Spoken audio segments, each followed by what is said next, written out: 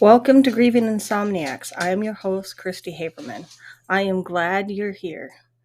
Thanks for being a part of our community. A few disclaimers before we get started. I am a licensed therapist. However, this podcast is not to be considered mental health therapy or counseling. It is for entertainment purposes only and is not associated with my counseling practice, Christy Haberman Counseling Services. Thanks for showing up. Welcome to Grieving Insomniacs, Episode 4. Today we're going to talk about the unfairness of death. And as I have talked about previously in my other podcast recordings, this is my story of the things that I struggled with when my son died. That doesn't mean that everyone will struggle with the same things that I struggled with, but I think it will help put some things that you might see in the people around you that are struggling with grief into context. And it might help you understand what they might be going through. So the first thing that I really struggled with is the unfairness of Christopher's death. I woke up the next morning after Christopher died, angry at the world because I felt like it was so unfair. It was so unfair that he was 25 years old and that the chemo treatment that was supposed to heal him killed him instead. And I still have some resentment toward the hospital, towards the doctors. And as unfair as it is, I have resentment towards people that have survived cancer because Christopher wasn't able to. And I know it's not their fault, but it goes back to that feeling like it was unfair. Christopher had just had a baby girl that was only 3 months old. He really wanted to be a father. It was unfair to her that she wasn't going to have a father, at least not a biological father. And it was unfair to him that he never got to be a father. And as I'm preparing for the funeral and I'm going through his things, all I could think about is how unfair it was. I didn't have time to go through his belongings like I wanted to pick what to choose to take home, what to give away. It just had to be done quickly because his rent was due. I didn't want to part with anything. If I would have had my way, I probably would have kept it. And if I could have afforded to, I probably would have paid rent on that apartment for years so that I wouldn't have to make the decision to go through his things. But I did. And now it's 10 years later. I don't know what I would have kept of his things, but I know there were things that I probably threw away that I shouldn't have.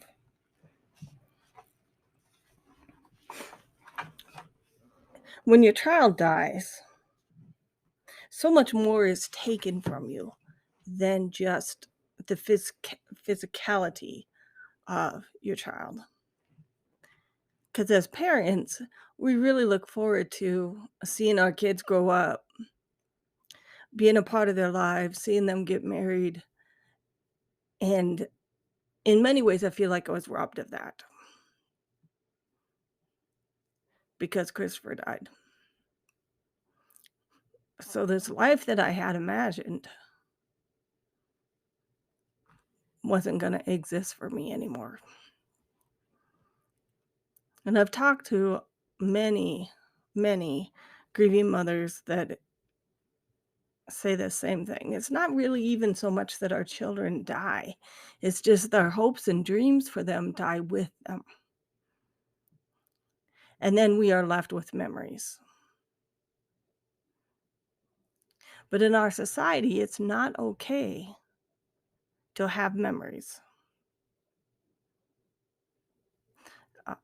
The message is, you don't talk about it. We don't want to hear about it. You need to move on. That's the message that we get. Haven't you grieved enough? Tell me what's enough? I still haven't figured that out. Is that what's enough? Because I get asked many times, especially as a therapist in different contexts, what is normal? When it comes to this whole grief and trying to figure it out even for myself about what is normal, as if there is anything normal and what is abnormal. I just don't think there's enough evidence out there to say what's normal, what's abnormal. We just have to accept what is.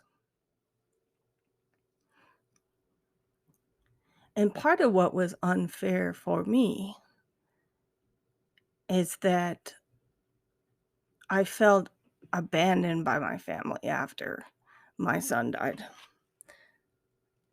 So we go through the funeral, and everyone rallies around you for the funeral, and then you're alone. It's just you. And you want to talk about it. But you can't talk about it without crying. Even now, I know you can hear in my voice, hear the tears just right there on the surface when I think about it and think about all that Christopher missed in this life. And I think about what I would have wanted for him. I would have wanted him to have a family, to be able to be a dad, all of those things that he didn't get. And like I said, after the funeral, my family just kind of disappeared. And so did my friends. And I was alone. And I would talk to random people in the store. I can't even imagine what that was like for them, hearing me talk about the fact that my son died. But I was desperate to tell the world that, hey, he existed. He mattered. And he still matters. But the rest of the world didn't want to hear about it. In our culture, society culture, the dominant culture, as you want to call it, because we have lots of microcultures, we have to do a better job with this.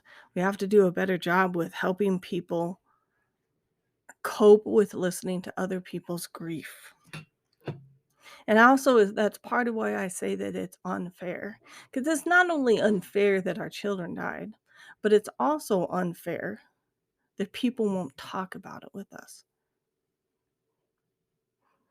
It's also unfair that in order to have someone to talk about it with, I had to go to a therapist.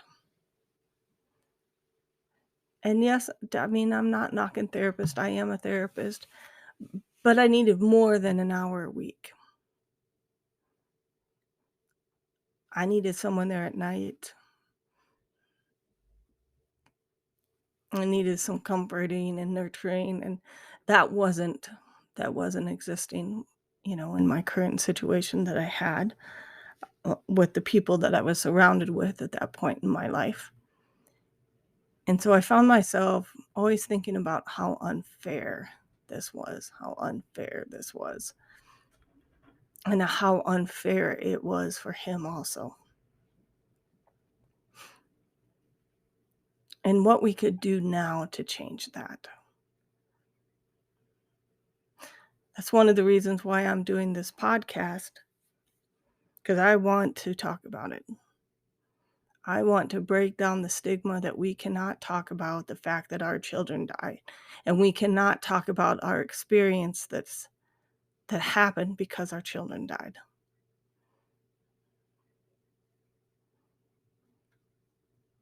Because my child died. And so much of what happened after that, how I am today, was impacted by the fact that my child died. There is not a part of my being that was not impacted. And so now, 10 years out, I get kind of angry. And then I go back to, it's unfair, but I have health consequences because my son died. I have emotional consequences.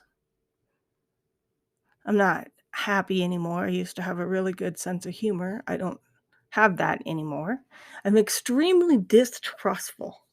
I'm very distrustful of people, and I don't know where that comes from. I don't know if it comes from the experiences that I had with my family and being abandoned after my son died.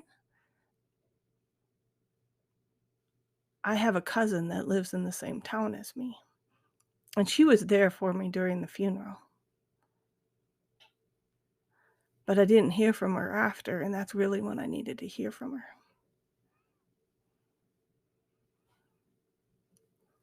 It was just heartbreaking.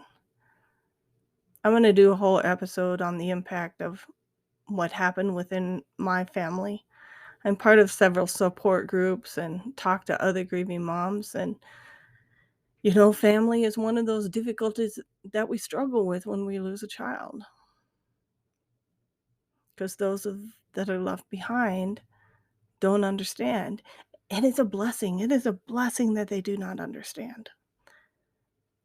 So what it was like for me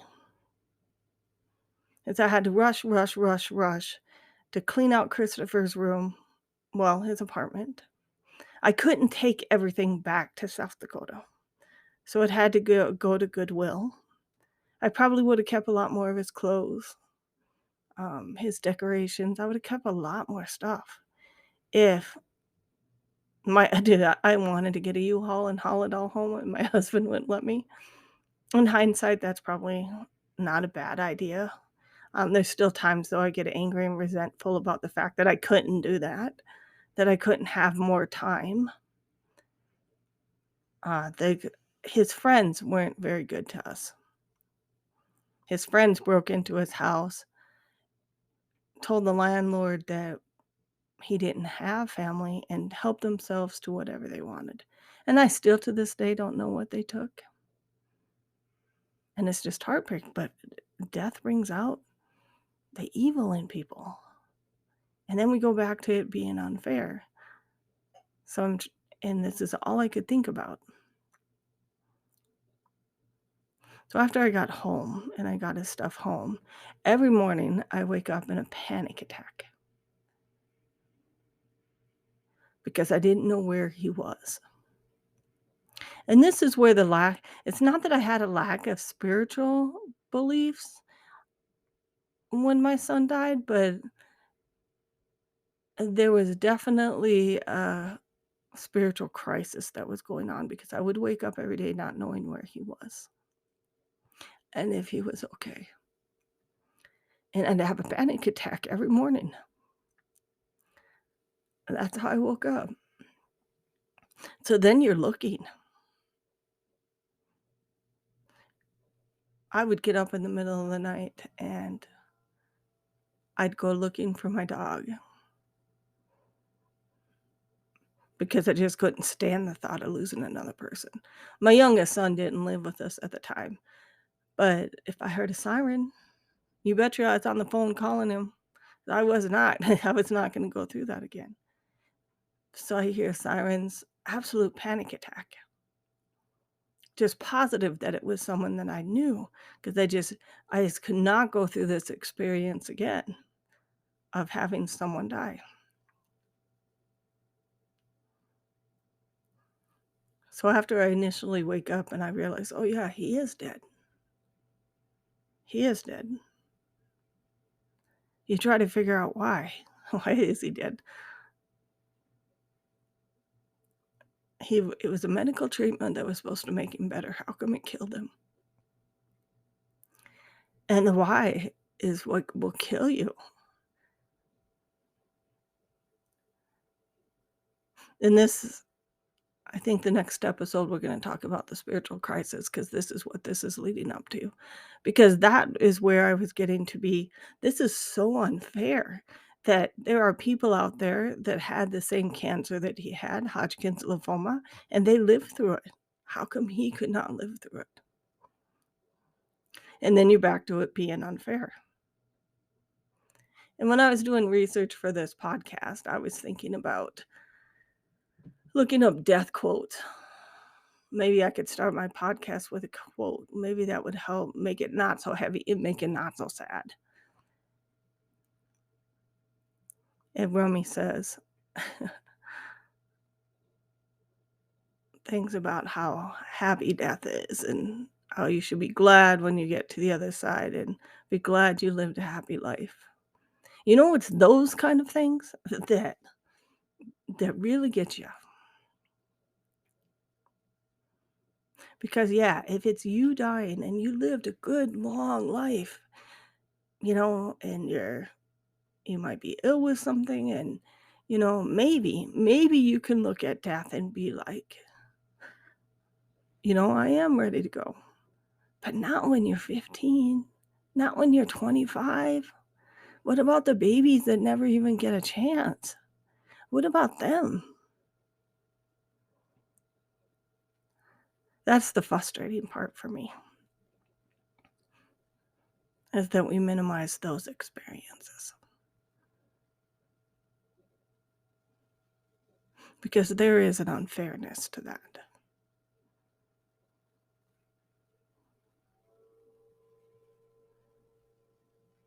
And it all seems so unfair, actually.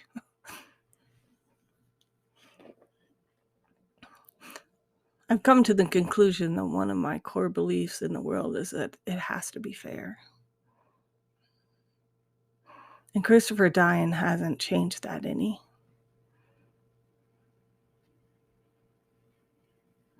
I still think it should be fair. I don't know how to make it fair. I don't know how to make it okay that he died.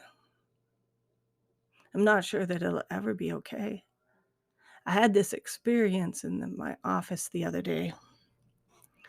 And I was sitting there talking to, I don't do counseling too much anymore.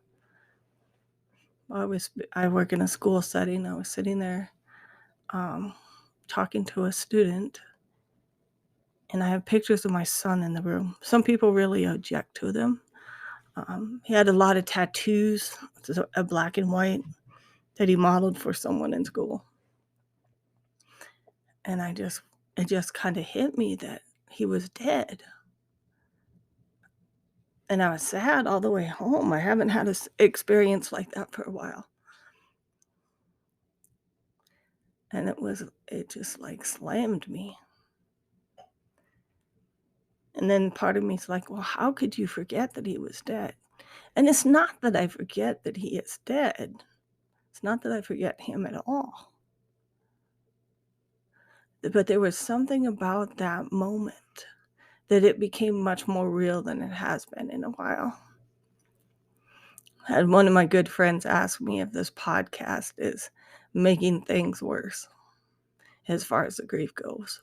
And it doesn't. It actually makes it better, because I know that there are people out there that at some point this is going to reach the right people that need to hear it at the right time. And that's why I do it. So whoever needs to hear this will hear it at the time that they need to hear it. And they will know that I understand how frustrated they are about the unfairness of all of this, how unfair it is.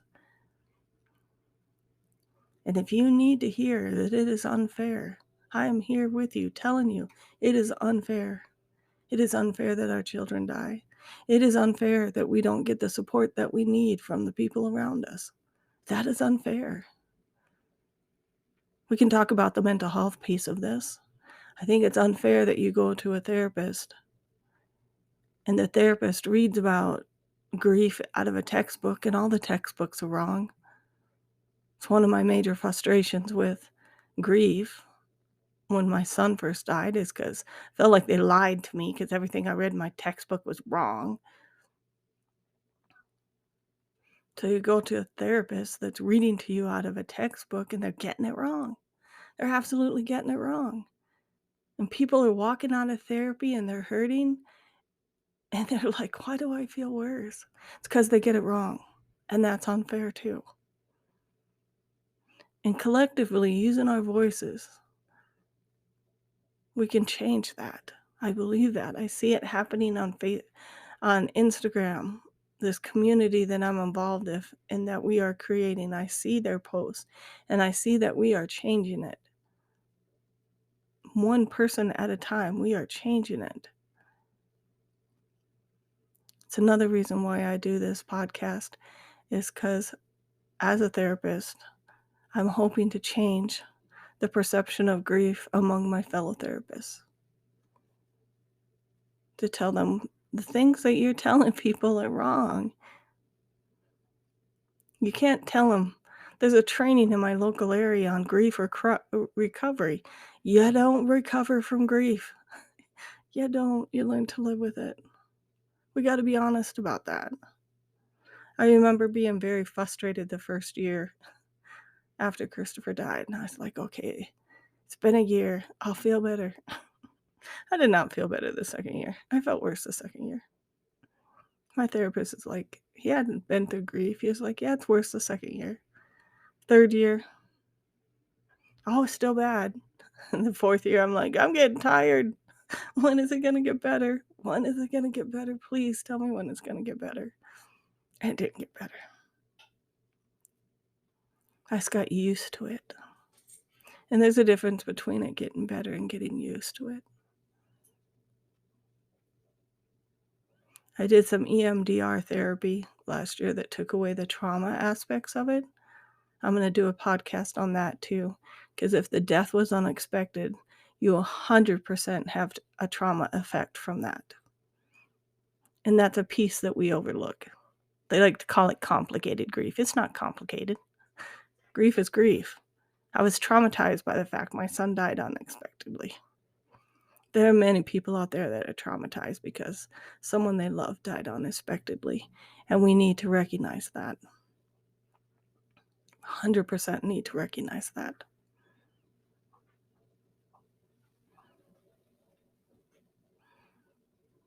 This podcast has almost become like a diary of sorts, because I don't really have, even now 10 years out, I don't have anyone to really talk to about this stuff.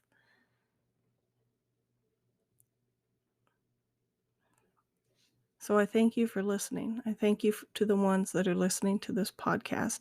I hope that there's something that I am saying that resonates in you, that will help you, will make you feel like you're a little bit better, even if it's for a small moment in time.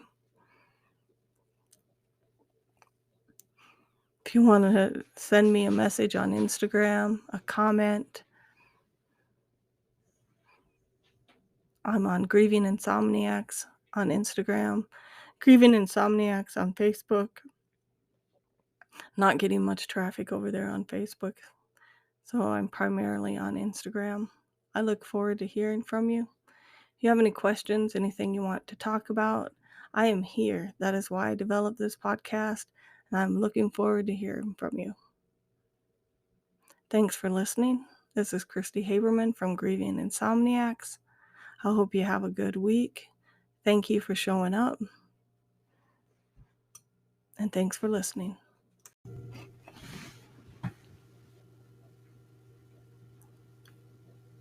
Please like and subscribe to the Grieving Insomniacs on your popular podcast platforms, Anchor, Spotify, Apple Podcast, and Google Podcast. Send me a message on Instagram at Grieving Insomniacs, Facebook Grieving Insomniacs, and I have a book available on Amazon called The Solitary Journey Through the Loss of a Child. Thank you. Like and subscribe. It would really help out my podcast.